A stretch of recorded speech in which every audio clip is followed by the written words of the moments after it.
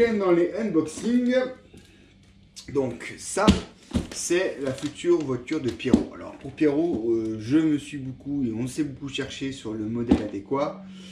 On est passé à des jouets, on est passé à des choses un peu plus sérieuses, type Nero, Nero.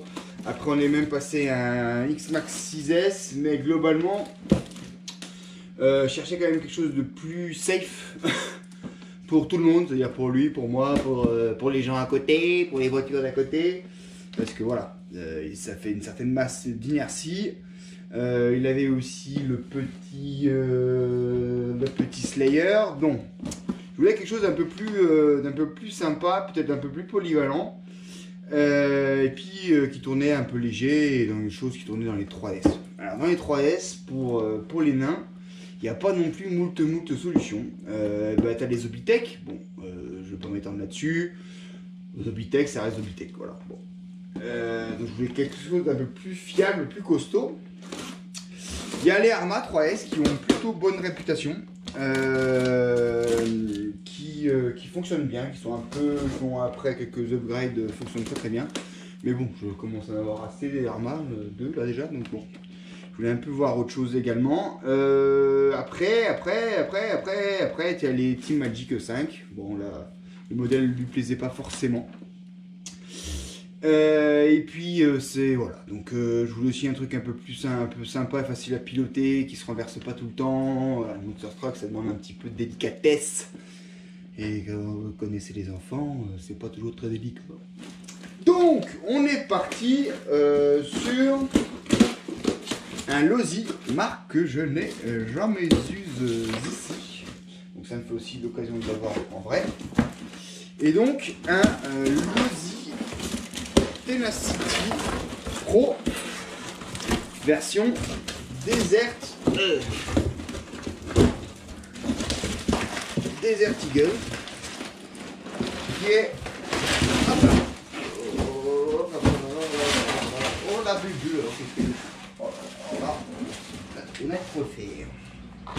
Donc voilà la bête. Ça a exactement le même empattement qu'un Buggy 1/5, mais ça reste une mécanique Buggy 1/5, n'importe quoi, oh, d'un Buggy 1/8, pardon, c'est du 320. Par contre c'est un peu plus léger. Oh, ça pèse quand même, c'est 3 kg, hein. Je pense que tu gagnes un petit kilo par rapport au reste. Mais j'adore la bouille, franchement voilà, c'est ce qu'il a pris, ce qu'il a tenté, c'est vraiment la bouille, assez réaliste. J'essaye, voilà, dans la collection, j'essaye assez de me rapprocher maintenant de choses un peu, qui ont un peu de gueule, et je trouve que foncièrement, celui-ci, il a de la gueule. Donc ça, c'est pas une version Pro Kit d'origine, on va voir ça après, c'est une version RTR normal qui a subi le kit pro par après. Donc le kit pro par après, enfin que je nettoie un petit peu quand même, hein. Voilà, le kit pro par après, c'est quoi? C'est les tourelles alu 70-75, un bel ouvrage aussi. Le châssis alu 70-75 également. Les amortos alu.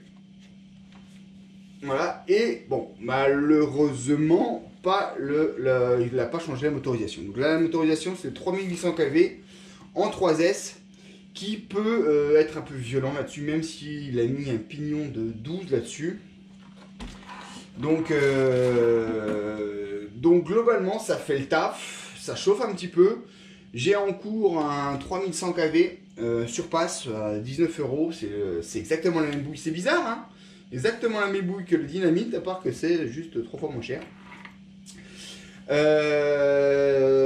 Donc, voilà la bête. Donc, ce qui est pas mal, eh ben, tu as la transmission Losi, ça là-dessus, ils savent faire. Vous avez aussi ce modèle-là, ou bon, similaire, prendre des belles gamelles dans la forêt chez Mani. Et globalement, c'est solide. Ça reste du 3S. Ça a quand même une taille assez conséquente et une garde au sol qui permet d'appréhender, on va dire, les herbes, voilà, pas trop hautes, mais bon, les petites herbes sympathiques. Par rapport aux anciennes versions, ici tu as une boîte radio quand même. Bon, tu as le CP30L Servo Spectrum qui pour l'instant donne cette situation, donc on va le tuer avec Pyro. Par contre, moi ce que je vais faire là-dessus, c'est refaire les huiles de diff, parce que là tu as tout libre. Là tu as tout libre. Et puis là, tu as encore plus tout libre. Donc ça, globalement, on va juste le mettre un tout petit peu plus dur pour que ça soit un peu plus réactif. Les suspects, c'est pareil. On va un peu ramollir. Ouais, parce que ouais, c'est dur comme du pâté. Là. Ouais. On va y mettre une Nipo 3S, voir ce que ça dit.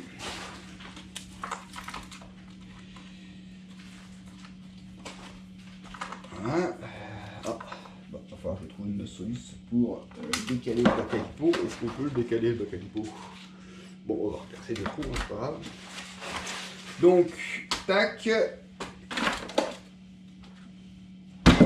Ouais, on n'est pas trop mal, on verra bien si ça saute, comment ça se comporte. Donc, dans l'électronique, tu as un dynamite de 3S, je crois, 130 ampères, exactement, brushless. Tu as le 3000, un 3660 en 3800 kV, ça je l'ai dit. Tu as les barres anti-roulis avant-arrière. La suspension, c'est vrai qu'elle est un peu dure, mais globalement, ça a été bien fait, il n'y a pas de vide là-dedans. La voiture est pas très propre, hein, mais on va s'en occuper, vous inquiétez pas. Et puis, ben, ça va le faire, ça va le faire. Donc, je vais me nettoyer tout ça, je vais la préparer. Et puis, on va faire les premiers essais avec ce moteur-là, en attendant que notre moteur arrive de la Chine. En temps de coronavirus, il y a des commandes qui mettent un peu de temps à arriver. Donc voilà. Alors après, avec celui-ci, qu'est-ce qu'on a dans le petit paquet? Tu as une carte de programmation type Obi-Wan, donc c'est bien du Obi-Wan qu'il y a dans l'électronique. Ça aussi, c'est un truc que j'arrive pas à comprendre. C'est la manie de rebadger tout et n'importe quoi, alors qu'on sait tous que c'est du Obi-Wan. Le connect, le dynamite, je sais pas, il y a des trucs que j'arrive pas à comprendre. Bref. Donc celui-là, tu as dans cette option, dans ce vario, tu as les 10 fonctions avec le mode de roulage, le break, le drag, le drag force break, donc le frein, le cut-off, le punch, la force de freinage. Et puis la sens de rotation, le timing, le nombre de lipo, et voilà. Donc ça c'est pas mal. On a aussi toutes les pièces plastiques qui ont été changées avec le kit. On a aussi quelques liens, oui, parce que ça c'était sous la version Pro. Tu as aussi là les biellettes de réglables. Tu as apparemment, vas-y, tu as avec donc le kit de performance, hein, qui est donné ici, et tu as, putain, à l'époque ils faisaient encore des belles notices, Losi, hein. Quoique là-dessus, voilà, tu as les éclatés, c'est reste un peu plus clair, ça change un peu des notices qu'on a actuellement chez Losi, c'est un peu ricracrouille. Et pour vous montrer un peu que la transmission est quand même très costaud, on a des différentiels qui sont hélicoïdaux. Ça c'est une, voilà, pour te voir un petit exemple, est-ce que tu vois, voilà, donc c'est usiné, ça c'est pas pressé, c'est sûr. De même pour le pignon d'attaque, hein, tu as des choses qui sont quand même mouse costaud. Tu as quelques noix de cardan, pardon, qui sont données. Tu as un cardan, voilà, quelques petites pièces histoire de voir venir au cas où. Mais globalement, j'espère qu'on n'aura pas le temps ni la volonté de le réparer. Donc moi, je vais juste me le nettoyer parce que il a un peu cracra le bazar. Viens là, toi. Hop! Il a un peu cracra le bazar. On va régler cette histoire d'espace parce que là, il y a la place pour mettre une belle lipo comme j'ai. Et donc, je vais essayer de me débrouiller pour faire monter ça. Et puis on se revoit tout à l'heure pour vous montrer un peu à quoi ça ressemble, un peu plus propre mais de plus près. Allez, à tout de suite. Alors, après la réflexion, je me suis dit on va déjà essayer en 2S. Donc là j'ai juste branché la radio qui est la Sempiternelle DX2E. Et on va voir ce que ça donne déjà au niveau pêche et vitesse. Bon alors c'est sûr que le terrain il n'est pas... Mais je pense que déjà là, rien qu'en 2S avec un 3002, 3800, il y a largement de quoi s'éclater pour le petit. Donc moi je vais gentiment, je pense, attendre de recevoir le moteur 3100 kV pour le mettre en 3S. Mais là effectivement on atteint un bon 50 km/h, je pense, avec une lipo 2S 5000, là c'est cool. T'as vu comme il fait beau en Alsace? Regarde là, putain, j'étais même en Lorraine, il faisait plus beau que ça, tu te rends compte? Donc là c'est vachement cool parce que t'as les pneus, ils sont assez lisses, donc oui. Donc ça farte, ça glisse.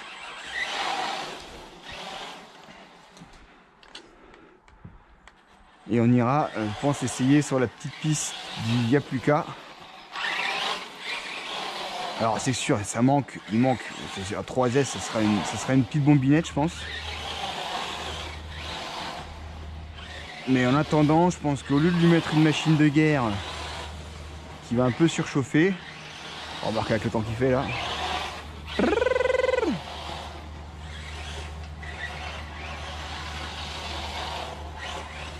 Après, en plus, ce qui est bien avec ces diffs, je vais peut-être regarder. Non, mais je crois que pour lui, avec ces diffs assez détendus comme ça, c'est assez tolérant. Et il peut allègrement mettre la gâchette à fond. T'as assez de puissance qui s'évacue, donc t'as pas trop de risque au niveau de truc, au niveau du contrôle. Je pense que globalement, on va déjà être testé comme ça, voir ce qu'il en dit. C'est une machine voilà, qui permet d'être contrôlable par un gamin, sans avoir non plus à trop s'effrayer, d'autant plus que avec celle-là, la DX2D, là, tu descends, tu es à 25%. Voilà, tu descends, tu as 25%, tu as le cran, là, tu as 50%, et puis après, tu mets la patate, enfin la patate. Tout est relatif, hein. Mais dans le comportement, on retrouve assez celui-là du Hobbytech.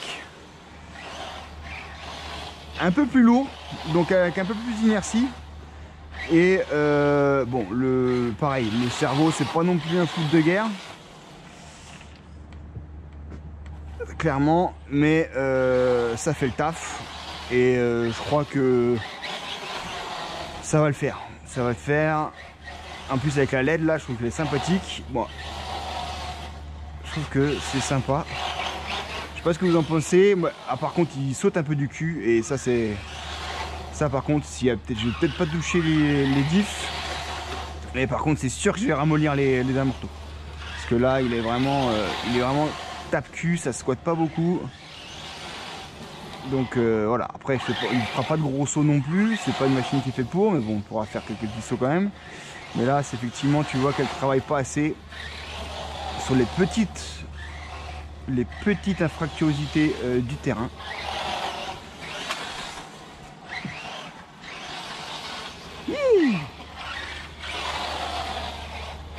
So, c'est pas mal cette histoire, c'est pas mal.